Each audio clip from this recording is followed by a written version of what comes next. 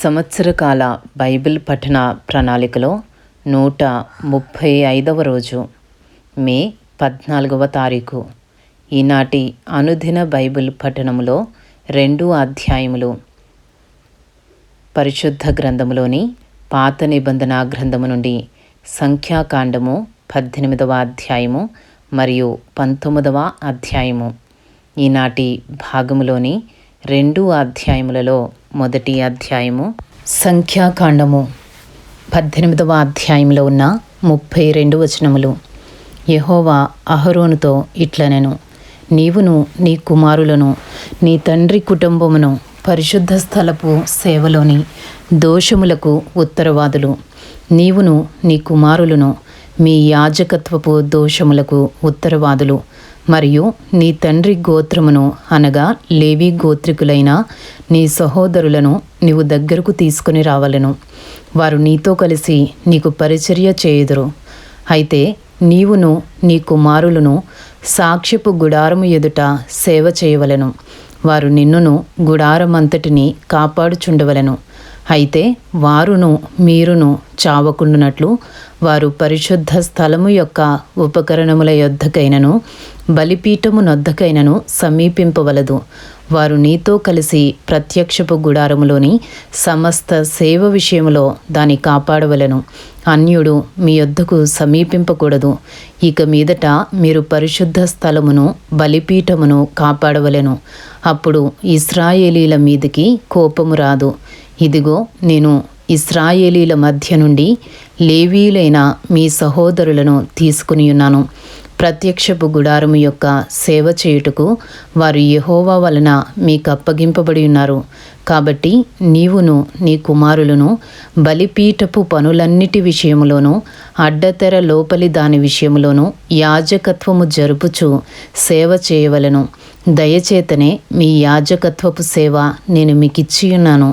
అన్యుడు సమీపించిన ఎడల మరణశిక్ష నొందును. సంఖ్యాకాండము 18వ అధ్యాయము 8వ వచనము నుండి. మరియు యెహోవా అహరోనుతో ఇట్లనెను, ఇదిగో, ఇశ్రాయేలీలు ప్రతిష్ఠించు వాటన్నిటిలో నా ప్రతిష్ఠార్పణలను కాపాడు పని నీకిచ్చియున్నాను. అభిషేకమును బట్టి నిత్యమైన కట్టడ వలన నీకును నీ కుమారులకును నేనిచ్చియున్నాను.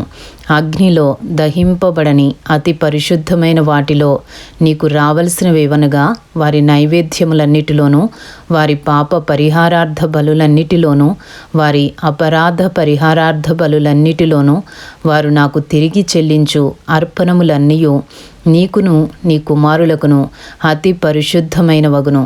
అతి పరిశుద్ధ స్థలములో మీరు వాటిని తినవలెను. ప్రతి మగవాడును దానిని తినవలెను. అది నీకు పరిశుద్ధముగా ఉండును. మరియు వారి దానములలో ప్రతిష్ఠింపబడినదియు ఇశ్రాయేలీలు అల్లాడించు అర్పణములన్నీయు నీవగును.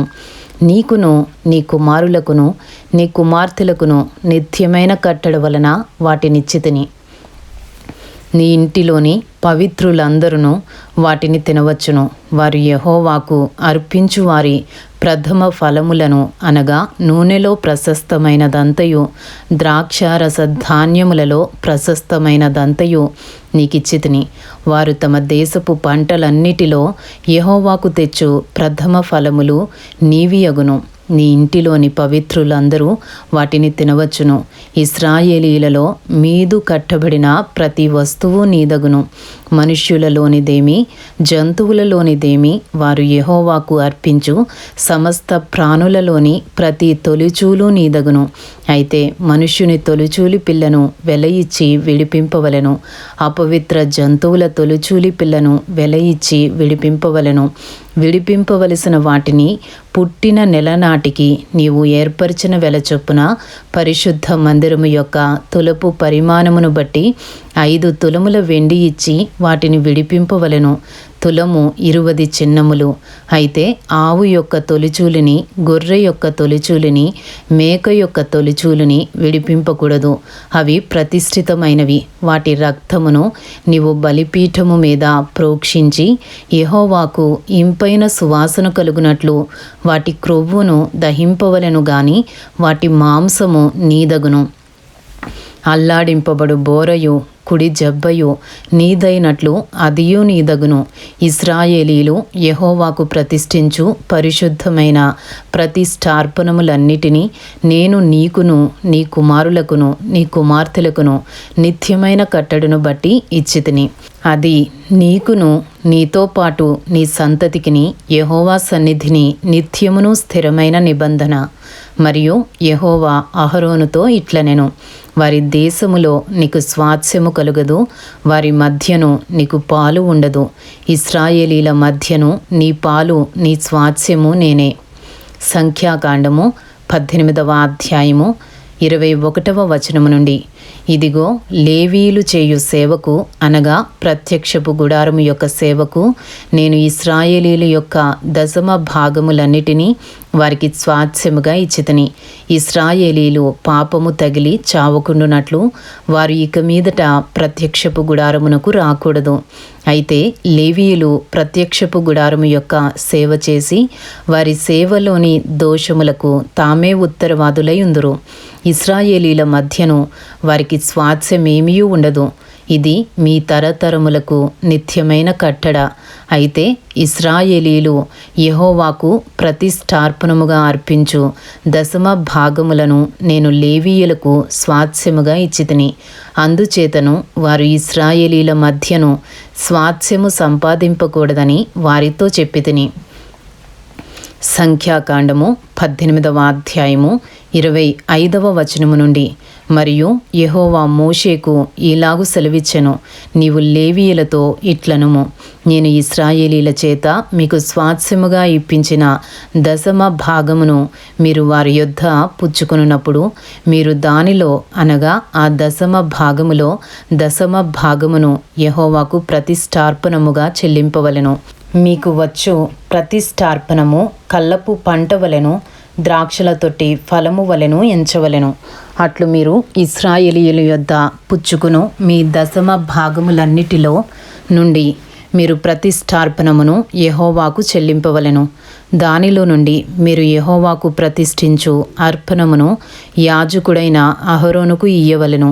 మీకియ్యబడు వాటన్నిటిలో ప్రశస్తమైన దానిలో నుండి యెహోవాకు ప్రతిష్ఠించు ప్రతి అర్పణమును అనగా దాని ప్రతిష్ఠిత భాగమును దానిలో నుండి ప్రతిష్ఠింపవలెను.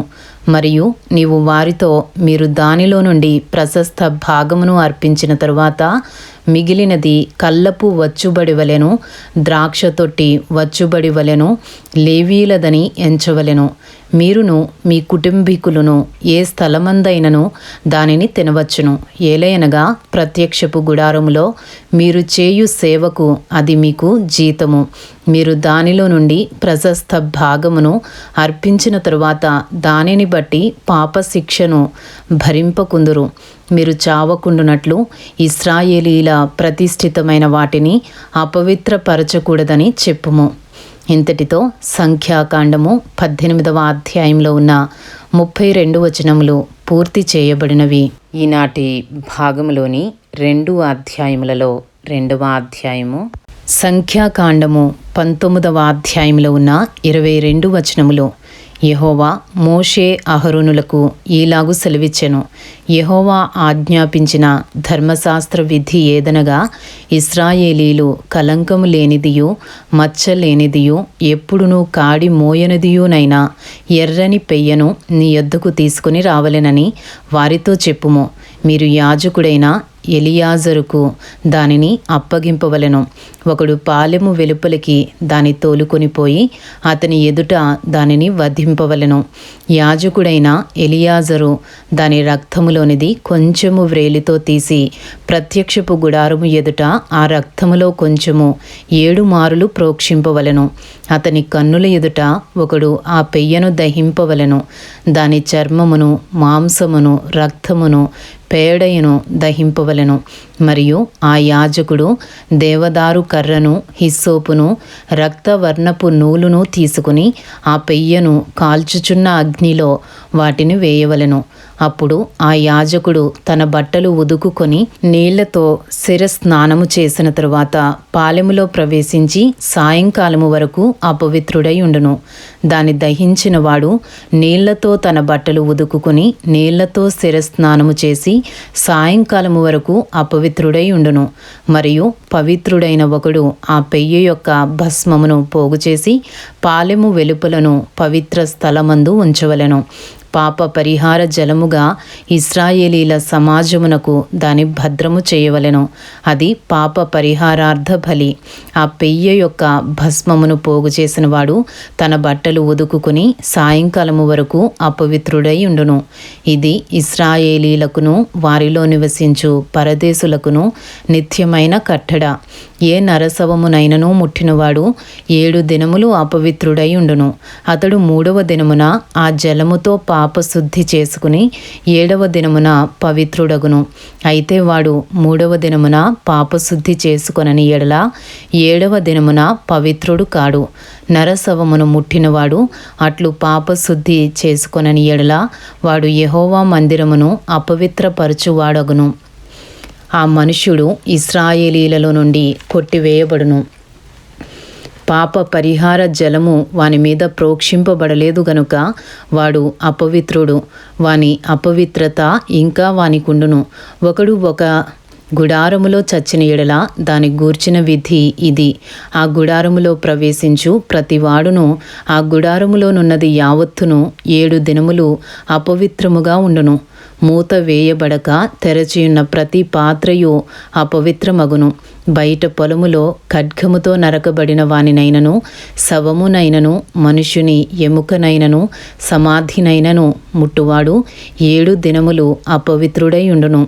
అపవిత్రుని కొరకు వారు పాప పరిహారార్థమైన హోమ భస్మములోనిది కొంచెము తీసుకొనవలెను. పాత్రలో వేయబడిన ఆ భస్మము మీద ఒకడు పారు నీళ్లు పోయవలెను.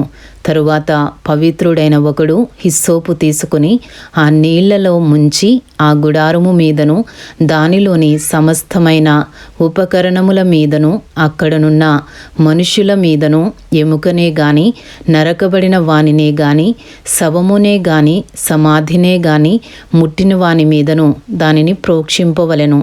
3వ దినమున 7వ దినమున పవిత్రుడు అపవిత్రుని మీద దానిని ప్రోక్షింపవలెను. 7వ దినమున వాడు పాపశుద్ధి చేసుకుని తన బట్టలు ఉదుకుకొని నీళ్లతో స్నానము చేసి సాయంకాలమున పవిత్రుడగును. అపవిత్రుడు పాపశుద్ధి చేసుకొనని ఎడల అట్టి మనుషుడు సమాజములో నుండి కొట్టివేయబడును. వాడు యెహోవా పరిశుద్ధ స్థలమును అపవిత్రపరచెను. పాప పరిహార జలము వాని మీద ప్రోక్షింపబడలేదు. వాడు అపవిత్రుడు. వారికి నిత్యమైన కట్టడ ఏదనగా పాప పరిహార జలమును ప్రోక్షించువాడు తన బట్టలు ఉదుకుకొనవలెను. పాప పరిహార జలమును ముట్టువాడు సాయంకాలము వరకు అపవిత్రుడై ఉండును. అపవిత్రుడు ముట్టినది యావత్తును అపవిత్రము. దాని ముట్టు మనుష్యులందరూ సాయంకాలము వరకు అపవిత్రులై ఉందురు. ఇంతటితో సంఖ్యాకాండము 19వ అధ్యాయంలో ఉన్న 22 వచనములు పూర్తి చేయబడినవి. ఈనాటి భాగములోని 2 అధ్యాయములు సంఖ్యాకాండము 18వ అధ్యాయము మరియు 19వ అధ్యాయము పూర్తి చేయబడినవి. Thank you lord.